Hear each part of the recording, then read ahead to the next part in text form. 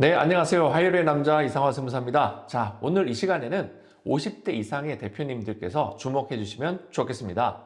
저희에게 의뢰를 해주시는 분들의 연령은 20대부터 70대까지 매우 다양하지만 가장 높은 비중을 차지하는 연령대는 50대에서 60대 법인 대표님이 많습니다. 50대 대표님들 대다수 분들은 법인을 위해서 열심히 살았지만은 법인을 최초에 설립할 때에 어떤 가이드라든지 어떤 식으로 해야 절세를 해야 된다라든지 이런 부분에 대해서 들어보지 못한 채 사업만 열심히 하신 분들이 상당히 많기 때문에요. 오늘 이 시간을 통해서 인사이트를 많이 가져가는 시간이 되셨으면 좋겠습니다. 자, 첫 번째로는 지금이라도 자녀에게 주식을 이전하자. 매번 드리는 말씀이죠. 생각보다 많은 대표님들께서 설립 당시의 지분 구조를 현재까지 유지하고 있으신 분들이 더욱 많으십니다. 설립 시점이야 그렇다 치더라도 지분을 이전해야 한다는 말을 어디선가 들은 이후로 주식 증여의 계획은 해봤는데 이미 높아질 대로 높아진 주식 가치로 인해서 엄두를 못 내시는 경우가 많이 접하게 됩니다. 50대 이상의 대표님께서 10년 이상 운영해 오신 법인의 주식 가치는 액면 가액과 비교해서 현저하게 높아져 있을 겁니다. 최초의 설립 시점에 자본금 대비해서 현재의 시가는 잉여금이라든지 여러 가지 이익이 많이 증가했기 때문에 시가 가치는 상당히 올라져 있을 것이다. 잉여금과 이익을 제어하기 위한 별도의 솔루션을 해오지 않았을 가능성이 높을 것이다. 그렇기 때문에 회사의 주식 가치는 어떠한 제어도 없이 계속 상승해 가고만 있을 가능성이 상당히 높습니다. 그렇기 때문에 가족으로 주식 이전을 생각은 해봤는데 꽤나 많은 세금이 발생해서 주식 이전을 못하고 있는 상황에 놓이게 된다는 게 현실이라는 거죠. 하지만 반대로 생각하면 10년 이상 유지되고 있는 회사라면 이미 정상 궤도에 오른 회사라고 봐야 되고요. 앞으로 매출과 이익이 안정적으로 확보될 수 있다는 부분이기 때문에 지금 세금을 내더라도 주식을 이전해 놓는 것이 미래 대비해 봤을 때는 지금 현재가 가장 낮은 주식 가치다. 이런 부분에 대해서도 이견은 없으실 거예요. 장기적인 세부담을 종합적으로 고려해 봤었을 때는 현 시점이 가장 유리하다. 자, 대표님을 이어서 자녀가 회사를 계속 경영할 계획이 있는 분들도 분명히 있으실 거예요. 그렇다면 첫 번째 말씀드렸던 증여를 통한 주식의 이전이라는 부분보다도요, 가업승계 증여 특례를 활용해서 주식을 이전하는 것도 유리한 방법이 될 수 있기 때문에 그 이외의 방법으로 이전이 유리할지 검토를 해볼 필요가 있다는 부분인 거예요. 설령 가업을 이을 가족이 없다 하더라도 회사의 현재의 주주 구성은 어떻게 변경되어야 하는 것이 유리한지도 분명히 살펴봐야 된다는 부분이 되겠습니다.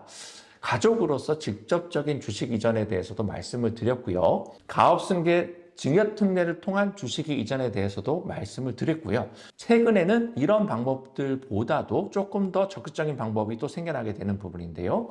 가족법인을 활용하는 방법, 이런 방법을 통해서 주식을 이전하는 방법도 있을 수 있습니다. 지금부터는 좀 더 적극적인 액션이 필요하다라는 부분에 대해서는 공감을 분명히 하실 거예요. 근데 이 세 가지 방법들에 대해서 세금은 전부 다 다를 수 있는 부분이 있고요. 그리고 가업상속 증여특례 같은 경우에는 지금 현 시점에 10%의 세금을 내고요. 물론 600억의 한도를 두고 있지만은 10% 세금을 내고 나중에 상속 시점에서 10% 세금을 냈던 그 주식의 가액만큼은 상속세에 다시 통산해서 세금을 재계산을 하기는 합니다만은 어떤 방법이 조금 더 유리한지에 대해서도 유불리를 따져볼 수도 있겠다라는 부분에 해당을 합니다. 그래서 한 세 가지 방법 정도의 방식으로 주식을 이전하는 방법은 있다라는 부분을 첫 번째로 말씀을 드려봤습니다.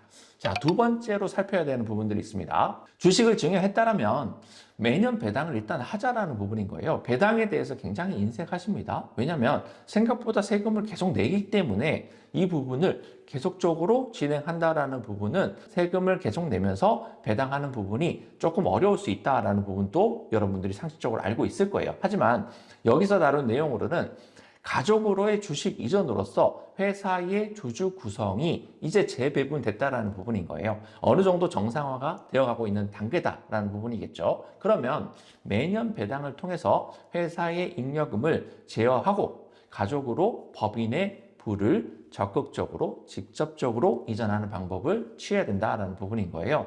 배당을 얼마나 할 것인지에 대해서는 회사의 자금 상황을 살펴야 되겠죠. 그리고 배당으로 통해서 세부담, 소득세가 증가되는 부분까지 고려해서 매년 얼마까지 배당액을 정해서 지속적으로 수행할지에 대해서도 전문가의 의견을 구해야 될 필요가 있을 것이다. 그리고 주식 이전의 단계에서 세부담이 다소 높았더라도 이 배당 정책을 적극적으로 사용하기 위해서는 높은 세부담을 부담하더라도 주식을 조금 더 많이 지분을 가족 구성원에게 여러 명에게 이전해 놨다면 배당을 통해서 조금 더 많은 규모의 배당을 상대적으로 낮은 부담의 세율로 할 수 있다라는 부분에 해당을 합니다. 그렇기 때문에 주식 이전 단계에서 세부담이 다소 높더라도 많은 지분 구조를 가족들에게 이전해 놨다라면 조금 더 우리 가족 구성원 전체로 봤었을 때는 조금 더 많은 규모의 배당을 상대적으로 낮은 부담 세율로 할 수 있다. 이 얘기였습니다.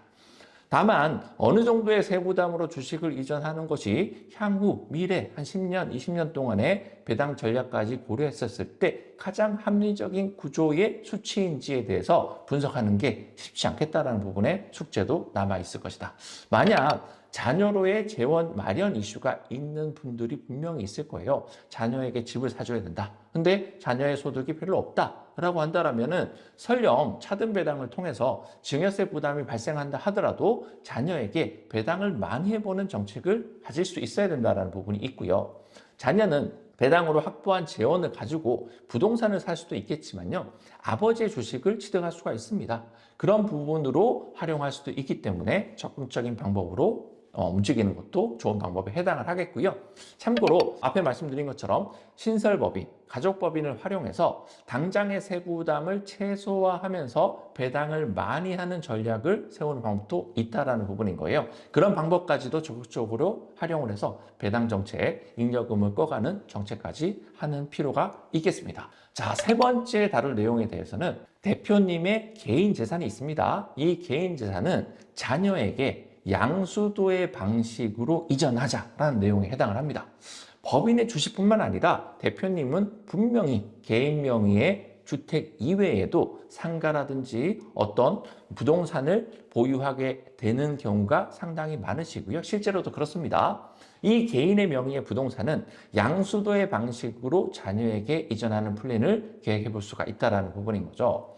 50대 또는 60대 대표님들은 아직 상속을 걱정할 나이는 아니지만 그래도 50년 후에는 상속이 일어난다는 부분인 거예요. 그러면 그 상속 대비해서 지금 현 시점에 증여세가 그래도 낮다라는 부분도 상식적으로 알고 계시지만은 저희는 법인을 통해서 증여보다는 양도의 플랜을 세우는 방식을 적극적으로 권장을 드리는 바입니다. 부모님의 부동산을 자녀가 사오는 경우에는 어떤 부분에서 가장 선행되어야 되는 허들이 있냐면은 재원 마련이 필요하다라는 부분인 거예요. 부모님의 부동산이 5천만 원짜리 부동산은 아닐 거잖아요. 예를 들어서 가령 50억의 부동산이라고 한다라고 하면 자녀가 적어도 이 50억에 근접하는 수준의 소득이 있어야지 부동산을 사올 수가 있겠죠. 이렇기 때문에 이 부동산의 평가 방식도 또 핵심 부분의 포인트가 나오게 되는 부분이고요. 시가가 형성되어 있지만은 상가 같은 경우에는 유사매매 사례가액이라든지 이런 부분이 정확하게 나와 있지 않기 때문에 조금은 낮은 금액으로 거래할 수 있다는 부분도 분명히 있고요.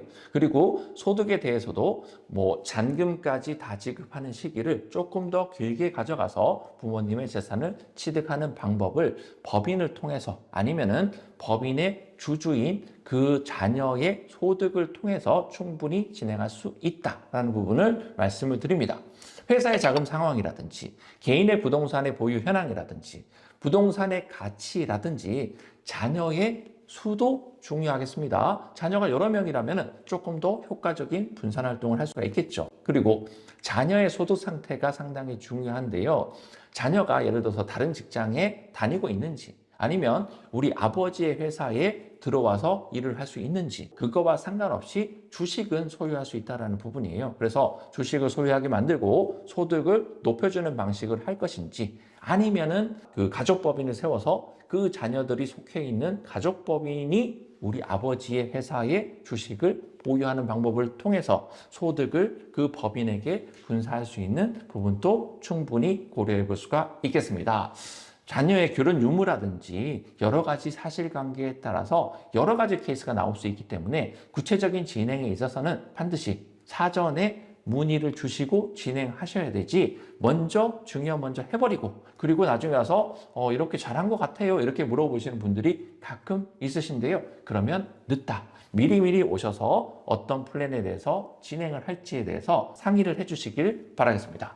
50대, 60대 대표님들께서는 아직 젊습니다. 급하게 생각하실 필요는 없습니다. 하지만 회사 잉여금이 많이 누적되어 있고 주식 이전의 필요성이 있는 대표님이시라면 지금부터라도 우리 회사의 잉여금 낮추는 방법, 그리고 주식을 이전하는 방법, 그리고 내가 가지고 있는 부동산이 좀 상대적으로 많다. 이 부동산을 자녀에게 어떻게 줄 수 있을지, 그리고 가족법인을 활용해서 어떻게 줄 수 있을지, 이런 부분에 대해서 인사이트를 얻으시라 말씀을 드리는 바입니다.